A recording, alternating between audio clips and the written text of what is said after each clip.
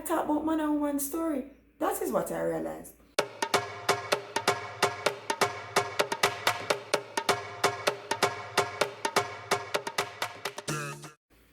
Hi guys, welcome back to my channel. I truly appreciate the fact that you decided to join me this afternoon or this evening or this morning, whenever it is that you're watching this video. You know what I realized? I realized that you guys love when I talk about love, because I've been getting a lot of responses for my last two videos. But this evening, we're going to veer a little bit away from, we're still talking about love, but we're not talking man and woman story this evening. We're talking about family love. We're talking about love between siblings and parents. And that's only love, sometimes hate between them. But we're just talking in general dynamics and how we can maintain a healthy relationship with our siblings.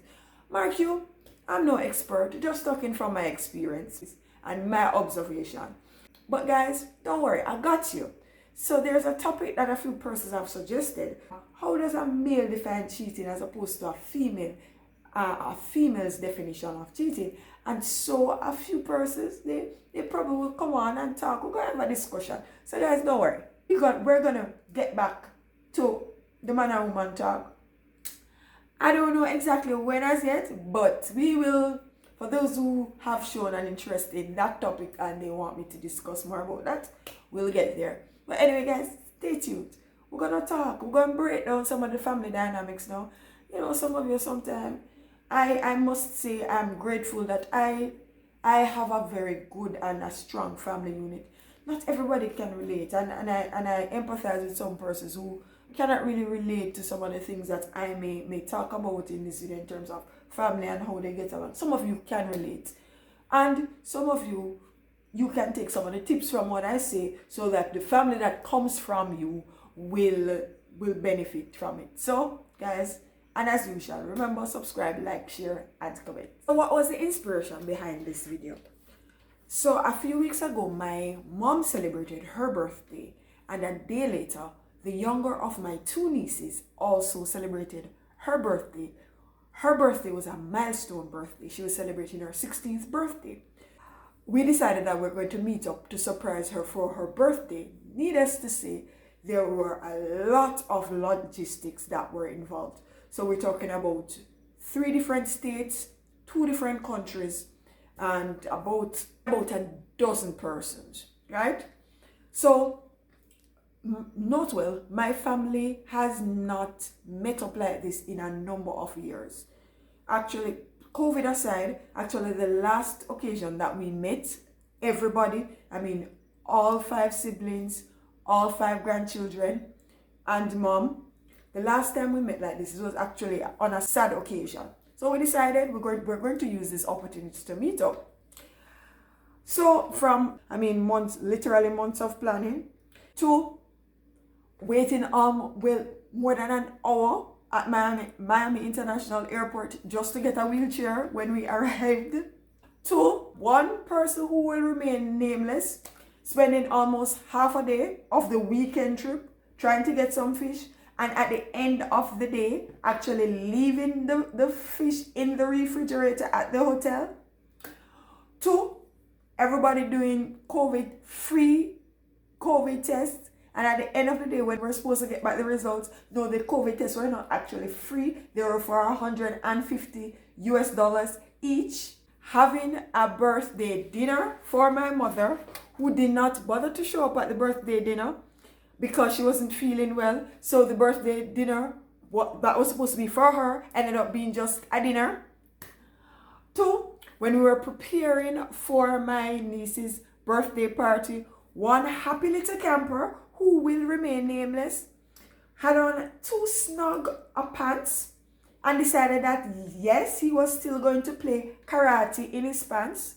Pants got torn, leading to a change of outfit, to staying up almost half a night trying to get all the approval to re-enter Jamaica.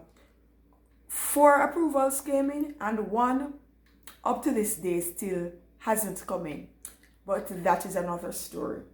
And so all of these moving parts coming together got me to thinking, how do families exist? How do they coexist? Sometimes without argument, sometimes without getting at each other's throat. Because I can tell you, my family, we get along well enough, but there are sometimes some very bloody battles minus the blood. So, got me to thinking. 5 dynamics of the family. As usual, I just usually like to pick a number to narrow things down because we speak about so many different things. So, just picking 5. And as usual, we don't do them in any particular order because who knows which is most important to anyone anyway. But the first one, guys, people are different. People are different. As they say, 7 brothers, 7 minds. In my case, three females, 2 males, same mother, same father, grew up in the same house, yet all of us are very different. So based on the fact that we are different, we think differently, our temperaments are different, the things that we value most are different, and so heads will clash a lot, teeth and tongue will meet a lot, but at the end of the day, we're still family. And the sooner everyone realizes that people are different and people have to be allowed to express themselves and to be different from you and to be not what you expect and not to be a clone of you, as soon as people recognize that and learn to appreciate and allow people to be themselves, then the family unit will be able to function better. People just have to be themselves.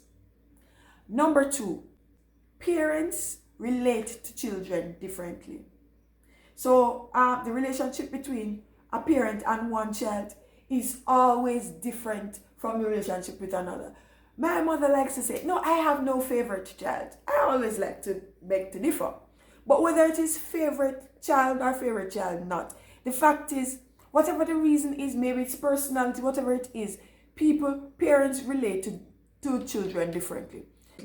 Not only parents relate to children differently, but siblings relate to siblings differently. So the relationship one sibling will have with another sibling is not necessarily the same as the relationship with the other siblings. Whether it's same sex or not, the relationship sometimes differ. And when we come to realize and accept that, we may not all have the same relationship with each other, but we have to realize that part of it, we have to learn how to coexist, and it is just what it is. And when we realize and we stop trying to compare and say who is this or who is what or who means what to what, our life will get better.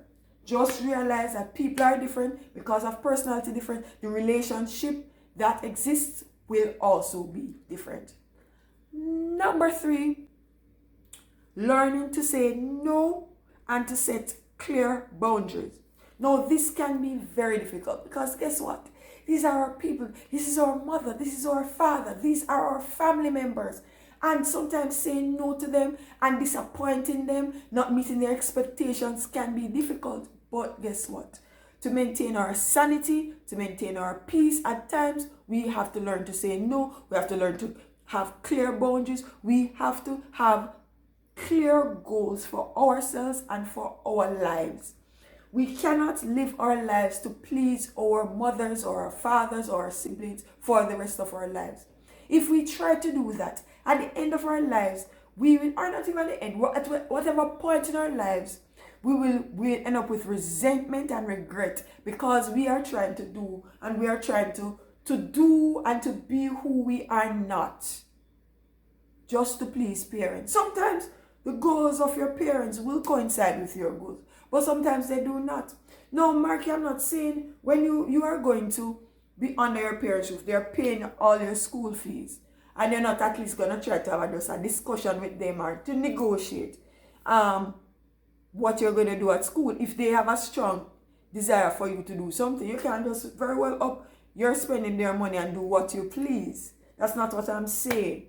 But once you've reached a certain level of independence, you're living on your own, you're a big man, you're a big woman, you have to make decisions for yourself. Some of those decisions are going to disappoint your parents. Some of them are going to disappoint your siblings. But in order for you to live your life and to be you, you have to prepare to disappoint them.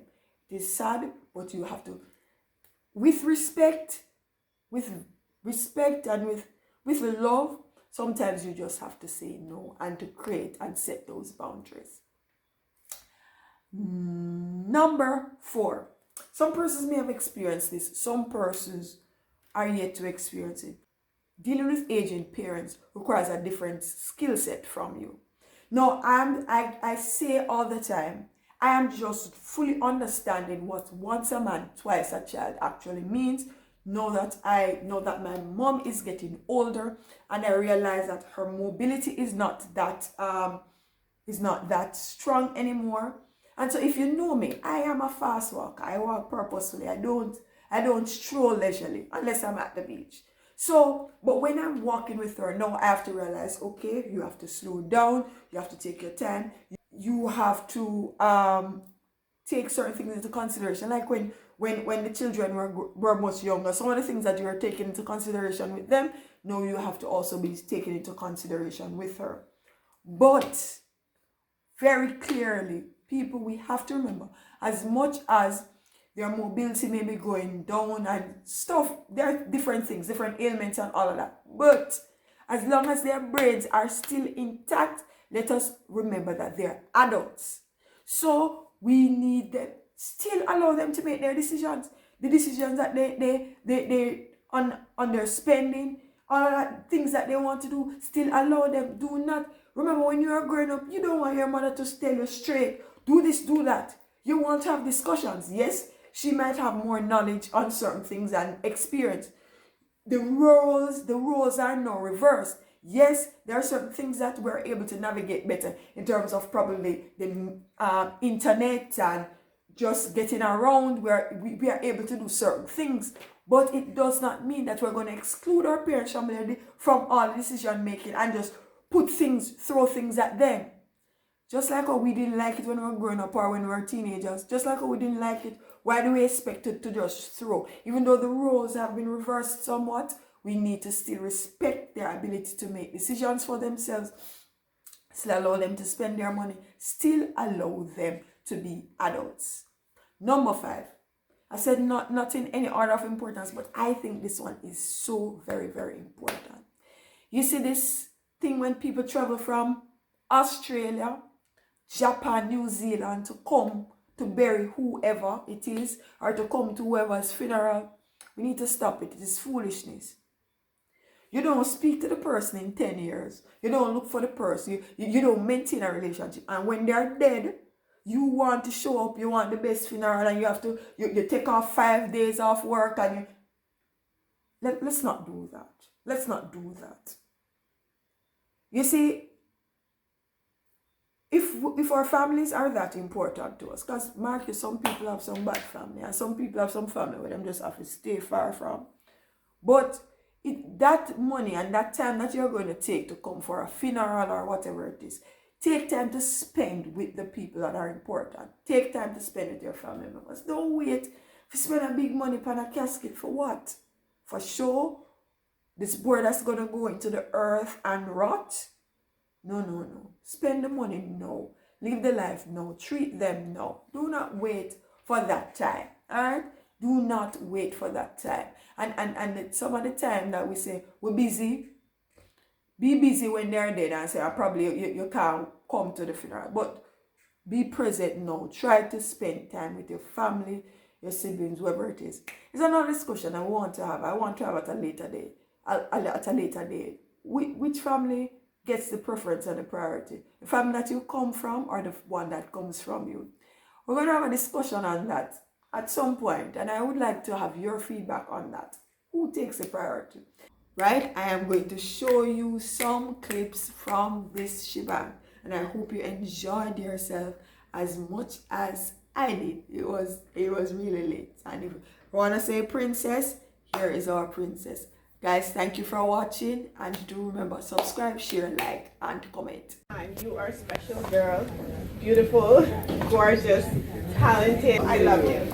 And you look gorgeous. And I always tell you, you're my only. Happy birthday. I hope that, as you get older, you be more successful. Abby, my granddaughter, I'm happy for you. I remember when you were a baby, come to Jamaica and dance in the valley. You look so sweet. God bless you. You are 16 now, but in all your doings, remember God. I see a great future for you. May the Lord continue to shine His blessing on you. One time for the birthday girl, people. Two times for the birthday girl. Just put your hands together for my beautiful you. And I'm so pleased that we were able to be here to celebrate with you, Abby. Tell me the truth, you didn't know something? That's the aim. He ought to be 16. Anybody remembers when they were 16? It's a lifetime ago, but it's a beautiful age. And 17 will come, 18 will come, so there's no rush. There is no rush. Just enjoy it. Continue to be you. Continue to be the talented dancer that you are. I don't know where you get the dancing skills from. Okay, must be mommy, because we ain't dancers. You're already beautiful. You're already anointed. You're already talented. So continue to be you, girl. Yes, I'd like to say happy birthday. I know that a 16th birthday is a special birthday in somebody's life. And I hope that God continues to bless you. I wish you all many more birthdays to come. I'm praying for my little princess, and I wish her all the best, sweet 16. Come from a good brother, from mommy and daddy. And thank God for coming to make my beautiful daughter feel special today. And enjoy a special day. Happy birthday, my little baby.